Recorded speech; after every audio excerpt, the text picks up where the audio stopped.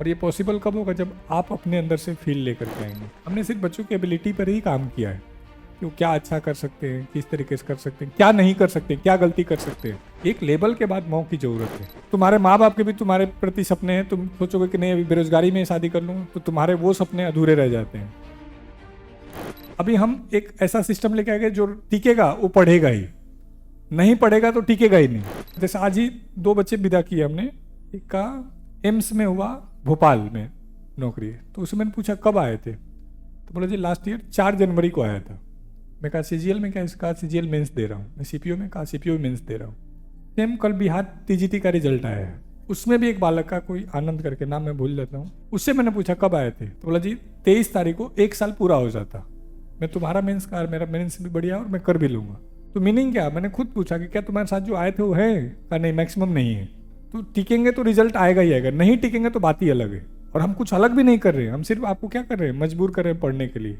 आप लाइब्रेरी में शरारत करते थे तो रेमेडियल में पकड़ के लेके आ गए। आप रूम में छिप रहे हैं तो रूम पास बनाने का सिस्टम लेकर के आ गए। आप बाहर जाके कुछ शरारत न कर लें, गेट पास का सिस्टम कर लिया और डायरी में आपका एंट्री करना शुरू कर दिया। तो धीरे धीरे हम उस तरफ बढ़ रहे हैं। लेकिन मेरी इच्छा, बार बार मैंने आपसे कहा कि मैक्सिमम नहीं, ऑल, तब। और ये पॉसिबल कब होगा? जब आप अपने अंदर से फील लेकर के आएंगे। जैसे मान लो इनसे मैं पूछूं आप क्या बनना चाहते हैं, अब देखो इस बच्चे के पास टारगेट ही नहीं है। तो अब सोच के देखो, जो यूनिवर्स, जो एनर्जी इसके लिए पॉजिटिवली काम करेगा तो कंफ्यूज रहेगा कि एक्चुअल में करना क्या चाहता है। तो एक गोल तो फिक्स हो कि जी मैं सीजीएल में टॉप करना चाहता हूँ, मैं एमईए में जाना चाहता हूँ, मैं जीएसटी बनना चाहता हूँ, मैं कस्टम। डायरी में लिख ला एनी गवर्नमेंट जॉब। अब एनी गवर्नमेंट जॉब में और कांस्टेबल का भी फॉर्म भर दिया, बैंक कलर का भी भर रहा है और एमटीएस भी भर रहा है, जीडी का भी भर रहा है। जीडी भी अच्छी नौकरी है वो लोग अच्छा कर रहे हैं। लेकिन हाँ, मेरा मानना है कि ऑफिसर बन के करें तो और अच्छा हो सकता है। जैसे एक एग्जाम्पल से बताता हूँ। कोई बालक मुरथल में सीपीओ मेंस प्री में बहुत बढ़िया नंबर था, सीपीओ मेंस देना था, टेस्ट में बाहर हो गया वो बढ़िया बालक, सीजीएल मेंस भी दे रहा है। तो उसमें बोला सर यूपी कांस्टेबल हो गया, मेरा फिजिकल करना है। मैं तेरा दिमाग खराब है। नहीं सर प्लीज मुझे करना है, मेरे घर की ये है वो है। तो मैंने उसको यहाँ भेज दिया। 2-3 दिन रहा, भाग गया। कल मैं मिला, क्या हुआ? इतना ज्यादा फिजिकल करा देते हैं, इतना थोड़ी ना करना है। तो मैं फिर कहा उनसे, मैं टिप्स लेके आया हूँ वो लागू कर रहा हूँ। मैं क्या टिप्स? तो सुबह शाम में एक्सरसाइज करता हूँ और केला और दूध पी रहा हूँ। तो मैंने उसको लगभग 10 मिनट समझाया कि बेटा तू कांस्टेबल मत कर, तेरा लेवल बहुत अच्छा है। और हाँ सर, जी सर, मैं नकली बात नहीं, करेगा नहीं करेगा? कहा जी इस बार तो करूँगा। मैं बोला क्यों? बोला जी मेरा इंग्लिश कमज़ोर है। मैं कहा मैं मान ही नहीं सकता, तू सीजीएल प्री 153 नंबर क्वालिफाई किया है तो इतना है कि तू मेंस भी कर जाएगा। शर्त यह है कि उसके हिसाब से थोड़ा पढ़ना पड़ेगा। तो जब घबराने लगते हैं, भरोसा कम होता है, तो इसी तरीके से अपने आप को उलझाते चले जाते हैं। एक कांस्टेबल कुछ भी कर ले, पूरे जीवन इंस्पेक्टर नहीं बन सकता। और हड़बड़ी किस बात की है? 4 महीने 5 महीने का जो बीच का संघर्ष है। कई बार आपने पढ़ा होगा, सुना होगा कि झोपड़ी जल्दी बनती है, महल बनने में टाइम लगता है। अब दिक्कत यह है कि जब हमारे पास कुछ है ही नहीं तो हम क्या सोचते हैं, झोपड़ी ही मिल जाए। जबकि यदि आप 8 महीने 10 महीने हमारे साथ सस्टेन कर रहे हो, आपका मेंटल लेवल बहुत हाई है। इसका एक एग्जाम्पल और बता रहा हूँ। जिस बच्चे के 192 आए हैं, उसके फादर पीछे पड़े हुए थे कि इसको ये करवा दो, वो करवा दो। मैं, अरे बहुत बढ़िया बालक है, 22 साल का है, बढ़िया लेवल। अरे सर आपने दुनिया थोड़ी ना देखी है, हमने देखी है, कई लोगों का ये नहीं होता है, जिंदगी भर संघर्ष करते रहते हैं। आप जिम्मेदारी लेते हैं? मैंने हाँ मैं लेता हूँ। नहीं मैं नहीं मानता कि आप जिम्मेदारी लेते हैं। तो हमने जीवन में बेसिकली कुछ किया और नहीं है, हमने सिर्फ बच्चों की एबिलिटी पर ही काम किया है कि वो क्या अच्छा कर सकते हैं, किस तरीके से कर सकते हैं, क्या नहीं कर सकते, क्या गलती कर सकते हैं। तो मैं चाहता हूं कि आपका कोई डाउट, कोई क्वारीज हो तो आप मुझसे पूछेंगे 2-4 अच्छे, तो कई चीज़ें आपकी काम की निकल पाएंगे। अभी सर ने शायद थोड़ा बहुत बताया भी होगा, हम स्कूल पे भी एंट्री कर रहे हैं, 360 रेजिडेंशियल स्कूल लेके आ रहे हैं। और हम बड़ी बात तो नहीं कर रहे हैं, लेकिन हम लगभग 3 से 4 साल में हम दिखा देंगे कि स्कूल में भी एजुकेशन कैसे होता है। मतलब ये क्राउड क्यों आएगा दोबारा ग्रेजुएशन करने के बाद फिर बच्चों के तरीके से अपने लाइफ को फंसाने के लिए। ऐसा कुछ नहीं है कि जो आपके साथ नहीं था। अब में से कई बच्चे होंगे जिनको मतलब डेली 10 बजे इंतजार होता होगा कब 12 बजेगा। क्यों? वो बेचारे शाम तक आते आते थक जा रहे हैं, उनको लग ही नहीं रहा कि इस तरीके से ही पढ़ा जाता है। लेकिन जो नवोदय वोदय से पढ़ के आए हैं उनको थोड़ी दिक्कत हो रहा है, उनको तो मजा आ रहा होगा कि दोबारा वो लाइफ मिल गया। जब नवोदय का प्रतिभा विद्यालयों का रिकॉर्ड निकालोगे तो मैक्सिमम बच्चे कहीं आईएएस बन के बैठे हैं, कहीं कुछ बन के बैठे हैं, कहीं कुछ। तो ऐसा नहीं है कोई जीनियस पैदा हो गए, वहाँ एक इन्वायरमेंट दे दिया गया कि भाई इतने टाइम उठना ही है, इतने टाइम पढ़ना ही है, इतना डाउट ही लेना है। अब सोच के देखो, तुम 6th क्लास में और तुमको मैं रेमेडियल दे रहा हूँ। सोच के देखो, तुम 6th क्लास में और तुमको कोई टॉपिक नहीं समझ में आ रहा है, इंडिविजुअल टीचर दे रहा हूँ। तुम 6th क्लास में और तुम्हारा 6 ही चैप्टर है, बैठा के 10 दिन में ठीक से पढ़ा दिया। कई बार मैंने तुमसे कहा कि जो 8वीं तक की पढ़ाई है, क्या एक्चुअल में वो 8 साल लगना चाहिए? तो जवाब है नहीं। वो तो आपने सोचा ही नहीं कि ये कम में भी किया जा सकता है। ऐसे 8 तक का देखोगे सिलेबस लगभग सेम है, थोड़ा थोड़ा लेवल बढ़ा रहे होते हैं। अब देखा करो, जो आईआईटी की तैयारी करता है बच्चा, वो 11th-12th के लिए पढ़ता थोड़ी नहीं है और आराम से पास होकर के आ जाता है। फेल होता है तो एसएसटी में, कई बार वो पढ़ता नहीं है, तो उसको भी यदि समझदार है तो 10 दिन पढ़ता है तो वो भी बात बन जाती है। तो उस तरीके से हम काम कर रहे हैं। तो मेरा बस आपसे इच्छा है कि कोई प्रॉब्लम जो फेस कर रहे हैं वो हमसे पूछा करें, हमारे पास एक्सपीरियंस बहुत है। बस भाई वाला सजेशन ये है कि प्लीज़ जो हम बताएं उसको माना करो। हमारा कहीं भी आपको सजेशन देने में ये नहीं होगा कि अभी जैसे आप बालक वाले एज में हो तो आपका मैक्सिमम टाइम अच्छाई बुराई में ही चला जाता है, ये सही वो गलत। क्योंकि अभी आपके व्यू कैसे बनते हैं, 4 लोगों ने कोई बात बता दी तो आपको लगता है हाँ ये सही है, अगले 4 लोगों ने कोई बात बता दी वो सही है। मतलब अभी आपके पास लॉजिक नहीं है, जिसको थिंकिंग कहते हैं। 40 साल के एज में, 35 साल के एज में थिंकिंग आने लगता है। या तो थिंकिंग वहाँ से आ जाएगा, या जीवन के ठोकरों से आ जाएगा, या आपके सराउंडिंग कैसे उससे आता है। यदि आपकी दोस्त पॉजिटिव है, जैसे मैंने जब उस बच्चे ने क्वेश्चन पूछा, मैंने पहले उसका मार्क्स पूछा, फिर मैंने अंदर से कि मुझे पता है कि इस बच्चे का मार्क्स इतना ही होगा तभी ये पूछ पा रहा है। कम आएगा तो मेरे बात करने का, डाउट का तरीका ही अलग होगा। जैसे आज किसी ने पूछा पानीपत में कि सर क्या रेमेडियल में बैठना जरूरी है? मैंने बोला सच सच बता, तेरे 60 से कम नंबर आ रहे हैं ना? बोला हाँ। मैं बिल्कुल तेरे लिए जरूरी है। हम ये नहीं करें किसके लिए जरूरी किसके लिए नहीं, लेकिन एक्चुअल में उसी को जरूरी है तो वही नहीं बैठना चाहता है। क्यों? उसको दिक्कत हो रही है। जैसे मुरथल में मैं देखता हूँ, जिस निकम्मे का पढ़ने का नहीं मन करेगा वो मौक लगा रहा होगा। क्यों? मौक लगाना आसान है, उसमें तो कोई दम लगना नहीं है। अगला क्वेश्चन क्लिक, यस ये, क्लिक नो ये, और ऐसे चल रहा है। 2 घंटा बढ़िया पास हो गया और 1 आध घंटा एनालाइज पे लगा लिया और दिमाग को लग रहा है कि मैं सीख रहा हूँ। एक लेवल के बाद मौक की जरूरत है। लेकिन दिन भर आ रहे हैं 80 नंबर और दिन भर में तू 4 मौक लगा रहा है, कोई फायदा नहीं है। तुम में से भी कुछ मूर्ख होंगे जो अभी ये काम करते होंगे।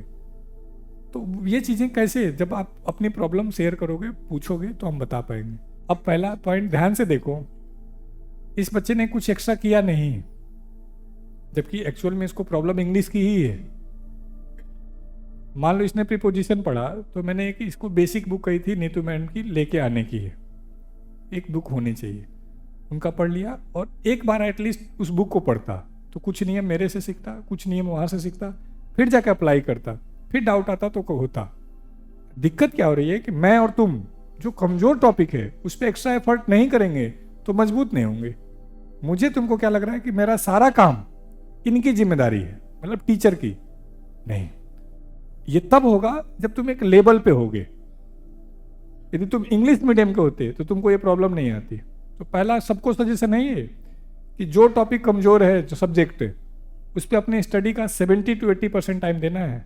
मान लेते इंग्लिश की प्रॉब्लम है, अब जो कह रहा हूँ कल अगले 15 दिन बाद फिर पूछूंगा ये, मुझे बताना है किया नहीं किया। जो भी टॉपिक पढ़ा है उसका 10-12 पेज में दिया हुआ है। अब कमजोर बालक रहेगा तो क्या करेगा, टीचर बदल देगा और कुछ दिन उसको लगेगा कि यस, लेकिन 2 महीने बाद देखो तो फिर लगभग वही लेवल। कारण सेल्फ वर्क नहीं किया गया। और सेल्फ वर्क करने लगेगा तो चाहे मैं पढ़ा रहा हूं, ये पढ़ा रहे हैं, कोई भी पढ़ा रहा है उस सब्जेक्ट को, प्रॉब्लम अपने आप सॉल्व होती चले जाएगी। क्योंकि कोई भी पृथ्वी पर ऐसा टीचर नहीं है जो अपनी एबिलिटी से ज़्यादा नहीं एफर्ट करना चाहता है। हर कोई बेस्ट करना चाहता है। बस अंतर ये है, ये 4 एग्जाम्पल ज़्यादा दे देंगे, ये 2 एग्जाम्पल कम दे देंगे। इनके पास 10 साल पढ़ाने का एक्सपीरियंस होगा तो इनके पास ज़्यादा क्वेश्चन होंगे, इनके पास 5 साल का होगा तो इनके पास ज़्यादा होंगे, अलग होगा। इसके अलावा कोई अंतर नहीं है। तो पहला, टीचर नहीं बदलना, जिसके साथ पढ़ो वही। दूसरा, जो बुक है उसको पढ़ना है पहले। टीचर ने पढ़ा दिया, अब मान लो मैंने पढ़ा है, मैंने 15 रूल पढ़ा है, लेकिन हो सकता है उसमें 27 रूल हो, तो हो सकता है तुम 15 में 12 तुमको समझ में आया हो, 27 में हो सकता है 20 समझ में आ जाए, तो भी नो डाउट 3-4 तुम एक्स्ट्रा सीख गए। फिर अब तुम क्वेश्चन किए तो 2-4 रूल और रिवाइज हुआ, और धीरे धीरे तुम्हारे दिमाग में बैलेंस बनता चला गया। तो इस पॉइंट पे काम करना है कि जो बुक है उसको पढ़ना है, और फिर आना है रेमेडियल में, फिर आना है डाउट में, तब तो उसका फायदा है। मैं इस वीक के अंदर कर दूंगा इंग्लिश का डाउट टीचर एक और। जहाँ सर तो सिलेक्शन में मिलेंगे आपको, जहाँ सर अभी बेसिक क्लास में आपके साथ आ रहे होंगे तो उससे फायदा हो रहा होगा। वीक में 208 भी बैठा करो, अलग से क्यों बताने की जरूरत थोड़ी ना, बैठा करो, तो कल भी बोल दिया था। आप फ्री तो रहते हो उस समय, तो आ जाया करो। 206, 7, 4, 5 सब आओ, 6:30 से 8 जो शेड्यूल होता है। और मैं यकीन दिला रहा हूँ 20 दिन बैठना, 15 दिन बैठना, तब तुमको अच्छा होगा। जैसे ये पढ़ा के गए, अब मैं प्रैक्टिस कराऊंगा तो तुम्हारा दिमाग और खुलेगा। चाहे वो मैं इकोनॉमिक्स की बात करूं चाहे ज्योग्राफी की, तो गुरुकुल वही काम कर रहा है कि ज़्यादा से ज़्यादा प्रैक्टिस पे काम करवा रहा है। मान लो मुझे ज्योमेट्री नहीं आता है और मैं सिर्फ क्या करूं, क्वेश्चन उठाऊं, सॉल्यूशन पीछे देखूं, क्वेश्चन उठाऊं, सॉल्यूशन देखूं, मैं कभी नहीं सीख सकता। तो क्या करना पड़ेगा, एक बार क्लास करनी होगी, एक बार किसी के साथ प्रैक्टिस करना होगा, फिर तीसरा जो आपका रेमेडियल चलता है, और धीरे धीरे आप तैयार हो चुके होंगे। लेकिन इस पूरे प्रोसेस में लगता है टाइम, और आदमी वो टाइम नहीं देता है, और इसलिए वो सीख नहीं पाता है। जिस दिन अपनी स्टडी में से 4 घंटा निकालने लगेगा इंग्लिश के लिए, अगले 20 से 25 दिन में इसको अंतर दिखने लगेगा। और नहीं निकालेगा तो पूरे जीवन इसी अफसोस में रह जाएगा कि मैंने अच्छे से नहीं पढ़ा, मुझे टीचर अच्छा नहीं मिला, मैं कर सकता था, मैंने सही समय पे डिसीजन नहीं लिया। मैं बार बार एक चीज़ जो अपने आप से भी कह रहा हूँ, आपसे भी कह रहा हूँ, इसको प्लीज़ कोचिंग मत बनाइए, इसको गुरुकुल ही रहने दीजिए। तो गुरुकुल रहने का मतलब क्या है, हमारे साथ 100% इन्वॉल्व हो जाइए। और हम ज़्यादा दिन तो मांग ही नहीं रहे हैं, हम तो महीने महीने फीस ले रहे हैं आपसे। जिस दिन आपको लगे कि हम अच्छा नहीं कर रहे, बिल्कुल बेहिचक मिल के जाओ कि जी थैंक यू, हमने 2 महीने 3 महीने आपके साथ सीखा, ये नहीं सीखा। इसमें कोई गला शिकवा नहीं होना चाहिए। मतलब ऐसा कहीं नहीं कहा कि 4 साल की फीस दे दो, 1 साल की फीस दे दो, और पढ़ो तो पढ़ो, नहीं पढ़ो तो नहीं पढ़ो। हमारे पास ऐसे ऑप्शन आते हैं, आप ही के गार्जियन कि जी 1 साल का दे देते हैं, है ना, 6 महीने का ही बंद कर दिया, पता चला हो तुमको, 6 महीने की फीस भी अब लेनी बंद कर दी। मंथली तो मजा आए तो पढ़ो, नहीं मजा आए ना पढ़ो, लेकिन उसमें 1 महीने तो ईमानदार रहो जब तक हो। अब दिक्कत क्या है कि तुम्हारा दोस्त मूर्ख मिल गया, अब वो दिन भर निगेटिव बातें कर रहा है, तो तुम कितना भी पॉजिटिव होगे तो धीरे धीरे तुम उस तरीके के डाउनफॉल में आने लगोगे। मैं एक एग्जाम्पल से बता रहा हूँ। मैं कई बार जब मैं गुरुकुल शुरू किया था तो मैं कुछ लोगों से कहता था यार मुझे कुछ आता नहीं है, तुम लोग करो, मेरा मतलब नहीं। तो धीरे धीरे वो लोग मुझे वास्तव में मूर्ख समझने लगे। फिर मैंने बताया भाई मैं बोल रहा हूँ नहीं, तो मीनिंग क्या है। मैंने इतनी बार उनको बोला कि उनको ऐसा लगने लगा कि हाँ ये सही में इनको नहीं आता है। तो यही आपके कैरेक्टर में भी डिपेंड करता है। और आप हमारे कई टीचरों से सीख सकते हो कि कुछ टीचर आएंगे, अपना पढ़ाएंगे, चुपचाप चले जाएंगे, आने से पहले और जाने के बाद आपसे कोई रिलेशन नहीं। हम वो मैं भी हो सकता हूं, कोई भी हो सकता है। और एक टीचर होगा, आएगा, थोड़ा बहुत आपकी प्रॉब्लम पूछ लेगा, आपसे शेयर कर लेगा, आपको कुछ मोटिवेट कर लेगा, कुछ बता देगा, और वहां से आप सीख रहे होगे। तो उस तरीके से आप सीखोगे तो आप धीरे धीरे आगे निकलते चले जाओगे। मतलब मैथ पढ़ना बड़ी बात नहीं है, किस टाइप के क्वेश्चन में दिक्कत आ रही है वो आइडेंटिफाई कर लेना है। इकोनॉमिक्स पढ़ना ये बड़ी बात नहीं है, किस टाइप के क्वेश्चन नहीं हो रहे हैं ये टीचर से पूछना है। वैसे भी हमने कई बार कहा कि साइंस का लॉ ही है लॉ ऑफ इनर्शिया, कि जो जिस अवस्था में उसी अवस्था में बने रहना चाहता है, जब इसको छेड़ोगे तो उसको दिक्कत होगा। तो तुम पिछले 20-22 साल का अपना कैरेक्टर निकालोगे तो तुम उठे, मोबाइल चलाए, थोड़ा खाए पिए, थोड़ा घूमे, थोड़ा मस्ती किए, थोड़ा आए, फिर खाना खाए, फिर सो गए, फिर शाम को किसी के साथ चाय पी लिए, और फिर ठीक ठाक चल रहा था। शाम को सोते समय एक आध बार बुक खोल के देख लिए कि सिलेबस कितना बचा है और रख दिए, फिर कल से पढ़ूंगा ऐसा सोच के, और ठीक ठाक चल रहा था, कोई प्रेशर नहीं था। अचानक तुमको मैंने एक ऐसे सिस्टम में डाल दिया जहाँ डेली तुम्हारे पर खिंचाई हो रहा है, कभी तुम्हारा ईगो हर्ट कर रहा हूँ, कभी तुमको डीमोटिवेट कर पा रहा हूँ, टेस्ट दे रहे हो नंबर नहीं आ रहे हैं, कभी घर की सिचुएशन ऐसी आ रही है, कभी तुम्हारी बंदी तुमको छेड़ रही है। तो कई सारे कारण हो सकते हैं जिसे आदमी को मन करेगा कि मैं छोड़ देता हूँ, कर लेता हूँ। दुनिया में शायद ही कोई ऐसा होगा जिसको ये फील नहीं होता होगा। मैं अपनी ही बात बताऊं, हम खुद कई बार लगता है कि यार कब तक। तो किसी ने बोला, जो दुनिया के सबसे अमीर व्यक्ति हैं, कि आपको मोटिवेट रहने के लिए आप क्या करते हैं।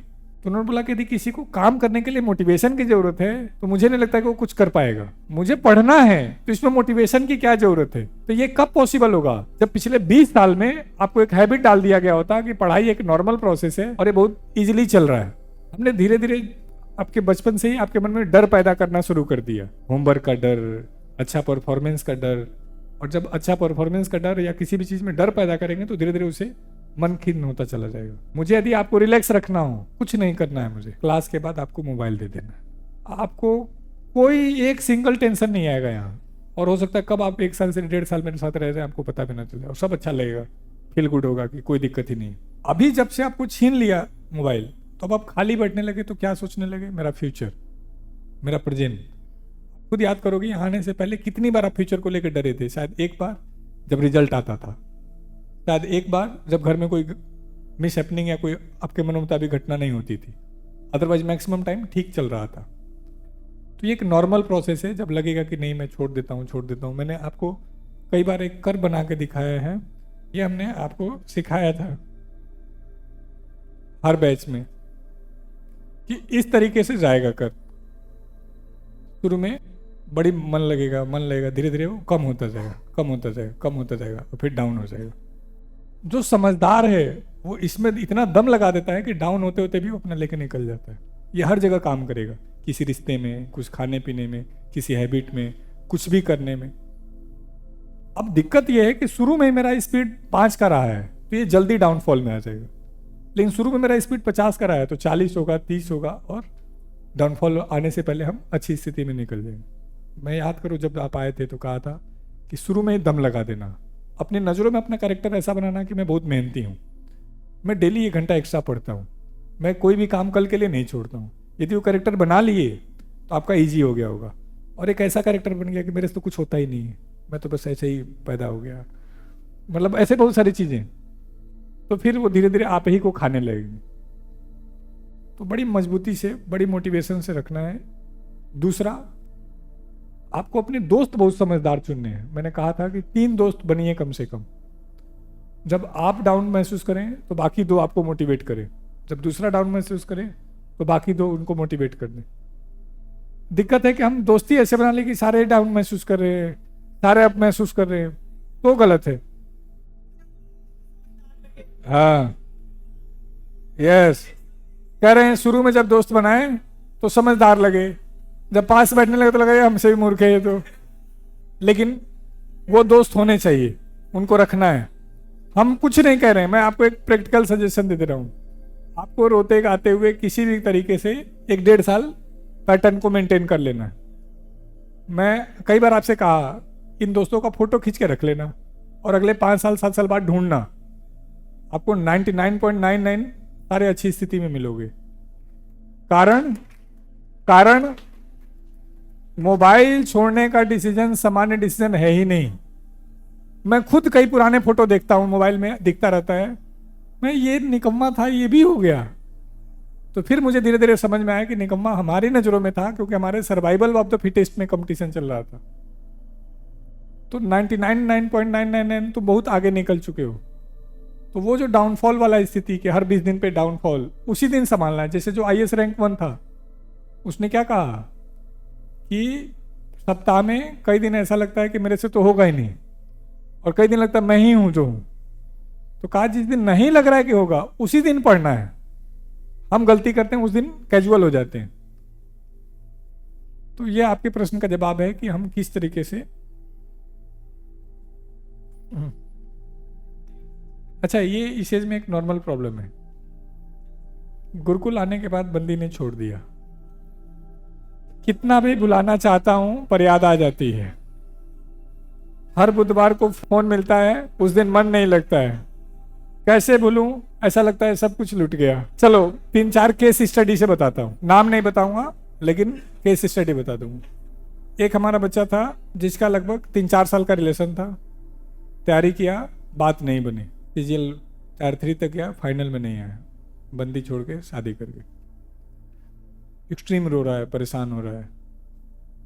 लेकिन जब ऐसा कब होगा, जब अकेले बैठेंगे, ग्रुप में रहेंगे तो जनरली नहीं होगा, और सबको इमोशन से जुड़े हुए हम, हमें दर्द होगा। बच्चे ने मेहनत किया, आज दिल्ली पुलिस में सब इंस्पेक्टर है। मैंने कहा रिजल्ट के बाद क्या किया? अब मैंने फेसबुक पे अपडेट किया। फिर उसके दोस्तों के मैसेज आए मेरे पास कि वो अपनी गलती मानती है। मैं बोला कैसा लगा? बोला सर उसी दिन लगा कि मज़ा आ गया। सेम एक बालक था, उसका भी 4-5 साल का रिलेशन था, उसकी शादी किसी और से तय हो गई, बच्चा डिप्रेशन में आ गया, दवाई खाने लगा, नींद, मैंने भी बात की थी उससे, नहीं मानी, फिर वो डबल एओ लग गया। फिर आज उन दोनों की शादी हो रही है फरवरी में।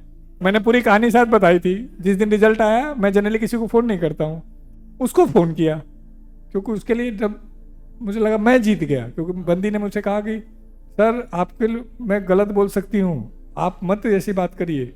मैं भाई उसके भाई के रूप में बात कर रहा हूँ। कहा आप किसी भी रूप में कर रहे हो, आपने बहुत बोल दिया, मेरा भी ईगो हर्ट हुआ। मैं कोई बात नहीं, वक्त बताएगा। बच्चे ने मेहनत की और सीधे डबल एओ लगा। मैंने फ़ोन किया, यार मुझे लग रहा है मैं पास हो गया हूँ। कहा सर थैंक यू, ये वो। रात को 1 बजे 11 बजे रिजल्ट आया था, वो घर से आया रात को 1 बजे। मतलब मुझे बड़ी खुशी हो रही थी, मुझे अंदर से लग रहा है मैंने कुछ मतलब किसी को जवाब दे दिया। फिर संयोग से आया यहाँ सेशन लेने के लिए, तुम्हारे वहाँ भी हुआ उसका सेशन। रास्ते में जा रहे हैं गाड़ी में, मैं कहा तेरी शादी में अपनी इच्छा से करवाऊंगा। वो मुस्कुरा रहा है, कुछ बोल नहीं रहा है। फिर लास्ट में जब गाड़ी से उतरने लगा, कहा सर मेरी शादी तय हो गई। मैं यार बताया नहीं। अरे सर उसी से हो गई। मैं यार तूने दिल तोड़ दिया। कहा सर दिल मानता नहीं, समझा करो। तो हम लड़के हैं, हम जल्दी माफ कर देते हैं, पिघल जाते हैं। एक तीसरा लड़का भी उसी एज ग्रुप का, उसके साथ भी यही हुआ। आज वो अकाउंटेंट है और एक बढ़िया शादी हुई उसकी। और ये एक ग्रुप के ही 3 बच्चों की बात कर रहा हूं। तो जिस एज में आप हो, इसमें आपको सोसाइटी को भी प्रूफ करना है। दूसरा, कोई लड़की तभी आपके साथ लड़ेगी परिवार के अगेंस्ट जब आप कुछ ऐसा करके दिखाए होगे। बेरोजगार के लिए न तो लड़ना चाहिए, न लड़ेगी। क्यों? परिवार भी, समाज भी पूछेगा कि ऐसा क्या है। दूसरा, तुम्हारे माँ बाप के भी तुम्हारे प्रति सपने हैं। तुम सोचोगे कि नहीं अभी बेरोजगारी में शादी कर लूँ, तो तुम्हारे वो सपने अधूरे रह जाते हैं। तो तुम एक ऐसे एज में हो जहाँ बहुत सारी जवाबदेही है। तो एक नॉर्मल फेज है। और एक मैं अपने एक्सपीरियंस बता रहा हूँ कि जो होता है वो बेहतर के लिए होता है। हमेशा इस चीज़ पे ध्यान रखना। उस समय लगता है कि नहीं, इससे अच्छा तो कुछ हो ही नहीं सकता था। प्रकृति जो प्लान करती है, मैंने आपके लिए परफेक्ट करती है। आपके जीवन की कई घटनाएं होंगी जब उस समय लग रहा होगा कि ये होना चाहिए था, लेकिन बाद में लगा कि नहीं, ये नहीं हुआ तो ये अच्छा हुआ। मतलब बोलते हैं कि हमें वो नहीं मिलता जो हम चाहते हैं, हमें वो मिलता है जो हमें चाहिए होता है, यानी जिसके लिए एक्चुअल में हमारा बेहतर है। ये एक नॉर्मल बात है, भूलना ना भूल पाना। तो इसको मतलब एक्सेप्ट करना है, ये एक आवश्यक घटना है आपके जीवन का। हाँ, घर से आने के बाद पढ़ने का मन नहीं करता, बिल्कुल सही बात है। इसका कभी नहीं मन करता है। याद करो मैंने आपसे क्या कहा था कि टिल फाउंडेशन घर नहीं जाना है।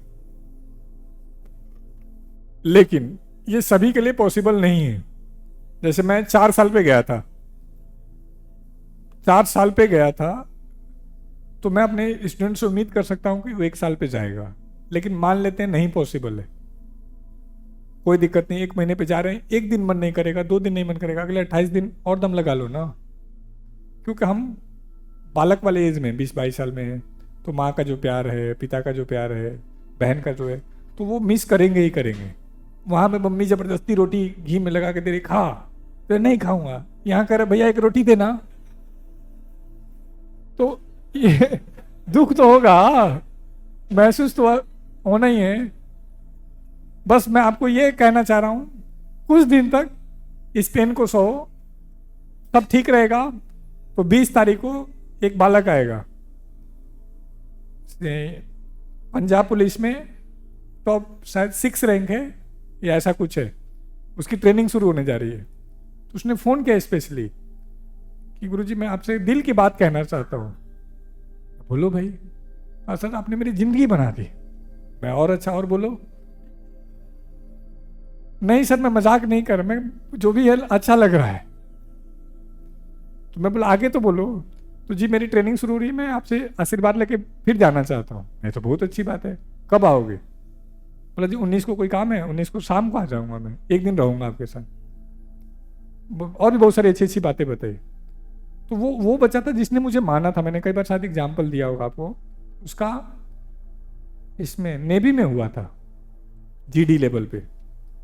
मैंने मना कर दिया कि मत जा ज्वाइन करने, तेरी तैयारी ठीक है और बढ़िया नौकरी लेंगे, लेकिन संयोग से सीजीएल नहीं हुआ उसका। तो हर कोई उसको यही कहा कि सर ने तेरा करियर खराब कर दिया अपने फायदे के लिए, क्योंकि हम गिव एंड टेक वाले रिलेशन में हैं। तो तुमको लगेगा मैं कोई भी सजेशन लूंगा तो अपने फायदे के लिए लूंगा, क्योंकि जीवन में तुमको अच्छे लोग कब मिले हैं। जैसे तुम्हारा मानना है कि दुनिया बुरे लोगों से भरी हुई है, मेरा मानना दुनिया अच्छे लोगों से भरी हुई है। डिपेंड करता है कि तुमको कैसे लोग मिले। उसका नहीं हुआ, साल 1.5 साल और लग गया, सीपीओ में हो गया और वो सीआरपीएफ ज्वाइन कर गया। कोई बात नहीं, नॉर्मल बात है, लग जाता है। फिर अब जब उसका पंजाब पुलिस में हो तो एक लंबा मैसेज मुझे व्हाट्सएप पे लिख के भेजा और पूरी स्टोरी कि सर उस समय मुझे भी कई बार लगता था कि आपने गलत सजेशन दिया, लेकिन मुझे अब समझ में आया कि आप क्या चाहते थे मुझसे और मैंने क्या करके दिखाया है। तो जब हम कोई सजेशन देंगे तो उसमें कहीं भी मैं अपने फायदे के लिए नहीं करूंगा। जब मेरे पास कुछ नहीं था तब हमने किसी का नुकसान नहीं किया, आज तो सब कुछ है। ये एक आज के युवाओं के साथ एक प्रॉब्लम आ गई है, ओवर थिंकिंग। मेरा मानना है ओवर थिंकिंग जैसी कोई चीज है ही नहीं। क्या होता है ओवर थिंकिंग? कोई बताना चाहे कि जी ये होता है ओवर थिंकिंग? हाँ अच्छी बात है, सोचना चाहिए। 70 साल की जिंदगी है, हर जगह जाके जो करना चाहे करे। हाँ, कम से कम दिमाग में तो कर लें, यही होगा बस। नहीं, मैंने बहुत पहले एक बात कही थी, आप बेसिकली समझ नहीं पाए। हमने जो कुछ प्लान किया है हर चीज के पीछे रीजन है। आपने ध्यान दिया हो, हर 2-3 घंटे पे हम आपको 1.5-2 घंटे का ब्रेक देते हैं। हर 2-3 घंटे पे 1.5-2 घंटे का ब्रेक देते हैं। मैंने कहा था कि क्लास भले मत करना, फिजिकल एक्टिविटी में जरूर जाना, ये प्रॉब्लम खत्म हो जाएगी। सारा गेम हार्मोन्स का है और हार्मोन्स पूरी तरीके से डिपेंड करते हैं ब्लड सर्कुलेशन पर। आप अपने आप को फिजिकली मोटिवेट तो करिए पहले। अब वो क्यों नहीं कर रहे हैं वो आपको समझना है। मतलब आप लगभग 500 के आसपास रहते हैं यहाँ, जो फिजिकल में जाते हैं सर के साथ 54-55 बच्चे हैं, और मुझे लगता है 40-50 अपने से और खेल लेते होंगे। मान लेते हैं 100 खेल लेते होंगे, यानी लगभग 150 लोग ही खेल रहे हैं। और उनका आप रूटीन देखना, वो अभी सीजन चेंज हुआ, वो बीमार नहीं दिखेंगे आपको, वो बड़ी रिलैक्स, बहुत मेंटली मजबूत दिखेंगे। आप खेलने की वैल्यू को समझो इस एज में। जैसे योगा कुछ लोग कर रहे हैं, कुछ लोग विपश्यना की तरफ जा रहे हैं। हमें वो सब ड्रामा करना ही नहीं है। शाम को बस 2-2.5 किलोमीटर दौड़ लो और 20-25 दिन बाद अपना एक्सपीरियंस बता दो। एक तो सोल्यूशन ये है। दूसरा, ऐसा होगा ही नहीं तुमको डर ना लगे, वो तभी होगा जब तुम्हारे अंदर मैं इमोशंस को हटा दूंगा, तो वो पॉसिबल नहीं है। तो डर लगना बड़ी जरूरी है, घबराना बड़ी जरूरी है, इसमें कुछ भी दिक्कत ही नहीं है। उसी के लिए तुम मेरे पास आए हो कि जब मेरा नहीं पढ़ने का मन करेगा तो मुझे पकड़ के जबरदस्ती ले चलना। जब मैं छिप जाऊंगा तो मुझे रूम से पकड़ के लेके आना। मेरा कोई डिमोटिवेट होगा तो मेरे कंधे पे हाथ रख के मेरा सहारा बन जाना। वो हम कर रहे हैं। शर्त यह है कि तुमको बताना होगा, चाहे कुछ भी हो। आप अपनी प्रॉब्लम को शेयर करिए माँ बाप के साथ, दोस्तों के साथ, टीचर्स के साथ। ओवर थिंकिंग नहीं होगा। सिर्फ आपको क्या करना होगा, टारगेट पूरा करके जाना होगा। इस पर रिसर्च हुआ स्पेशली लगभग 46 साल अमेरिका में, और उसमें यही फिक्स किया गया कि यदि हम टाइम बाउंडेड काम को करने लगेंगे। एक एग्जाम्पल दिया, जैसे मैंने इनको फेंका, बोला कि कितनी जल्दी लेके आ रहे हैं। अब ये कुछ भी कर रहे होंगे, ये एक्टिव हो गए, तो थिंकिंग और ओवर थिंकिंग का कॉन्सेप्ट आया ही नहीं। लेकिन मैंने फेंका और बोला कि आराम से लेके आना, तो अब इनके बीच थिंकिंग का आएगा कि किधर से जाऊं, किधर से आऊं, किधर से करूं, या उठाऊं भी ना उठाऊं। ऐसे ढेर सारी चीजें हो सकती हैं। टाइम बाउंडेड कर लो, अपनी डायरी पे लिखो ईमानदारी से। जैसे मैं स्टूडेंट होता तो मैं एक दिन पहले लिखता अगले दिन का टारगेट कि कल इस सब्जेक्ट की क्लास है तो मैं पढ़ के जाऊंगा क्लास में। 15 दिन करके देखो, पता चल गया कि कल सर टेक्स्ट पढ़ाने वाले हैं, पढ़ के आओ ना, देखना तुमको कितना मजा आएगा। पता चले कि प्रीपोजिशन पढ़ाने वाले हैं, तुम पढ़ के तो आओ। तुम बेसिक कॉन्सेप्ट भूल गए। कोचिंग क्यों शुरू किया गया था? कोचिंग पढ़ाने के लिए शुरू ही नहीं हुआ था, कोचिंग हुआ था प्रॉब्लम सॉल्व करने के लिए। लेकिन तुम उस पर्पज को भूल गए और कोचिंगों ने उस पर्पज को भुला दिया, और इसलिए एक बहुत बड़ी संख्या कोचिंग कर रही है, फेल हो रही है। बहुत बड़ी संख्या कोचिंग कर रही है, फेल हो रही है। कोई माँ बाप नहीं उस पर डिस्कस करने वाला कि क्यों फेल हो रहा है। अब मैं डेली नहीं आके तुमको कहूंगा कि ऐसे करो, लेकिन तुमको एक बार रूटीन में आ जाना चाहिए कि जब तक रहूंगा बिना टारगेट पूरा किए नहीं सोऊंगा। और एक बार इस तरीके से कर लिए तो ये ओवर थिंकिंग और ये प्रॉब्लम, डर कब लगता है सोच के देखो, जब तुम अपनी औकात से बड़ा लक्ष्य रखते हो तब डर लगता है। और मान लो नहीं रखोगे तो ग्रोथ कैसे करो, ग्रोथ कर ही नहीं पाओगे। जो अभी हम स्कूल का प्लान जो आपके सामने लेके आए, मतलब बहुत बड़ी बात नहीं है, हम उसमें सब कुछ लगाने जा रहे हैं फाइनेंशियली, जीरो से शुरू करने जा रहे हैं सब कुछ। तो मुझे पता है कि मैं उसके लिए कितना दांव खेल रहा हूँ, क्यों खेल रहा हूँ, बहुत दिन हो गया, मोनोटोनस हो गया। तो मेरा मानना है कि थोड़ा सा और कुछ किया जाए। हमने साथियों से पूछा, बोले यस बिल्कुल करेंगे, करेंगे तो करेंगे। तो वो चीज आपके लिए भी है, आप अपने रेंज को बाहर तो लाइए। पहले ही कि कोई नौकरी लग जाए तो एटीट्यूड वैसा ही होगा, और पहले ही कि नहीं मुझे तो रैंक लाना है, तो सुबह नहीं पढ़ने का मन करेगा तो ऑटोमेटिक उठेंगे आप। दोस्त पार्टी में जाएंगे आप नहीं जाएंगे, रिश्तेदार शादी में बुलाएंगे आप नहीं जाएंगे। क्यों? आपके सामने लक्ष्य है, लक्ष्य ही नहीं है। कोचिंग करना है, क्लास करनी है और तैयारी करते रहना, तो ठीक है। जैसे कितने दिन तैयारी करनी है, अब अभी कह रहा है 1 साल, लेकिन इसे दिल से पूछोगे तो शायद ये 1 साल से सहमत नहीं होगा। लेकिन जिस दिन इसका हो जाएगा कि 1 साल में करना है तो इसको कुछ और दिखेगा ही नहीं। किस बैच के हो? 207 के, 206 का कोई है? हाँ, इनका सिलेबस लगभग खत्म होने वाला है, छोटे बच्चे हैं। इनमें से कोई ऐसा है जिसने कोई बुक जो चैप्टर पढ़ाया गया उसके सारे क्वेश्चन कर दिए? नहीं। तो सोच के देखो ये क्यों आए हैं घर से, नहीं आना चाहिए था इनको। तो वही टाइम बाउंडेड नहीं हुआ, तो टाइम तो बाउंड करना पड़ेगा, और जब टाइम बाउंडेड कर देंगे तो अपने आप चीजें होती चली जाएंगी।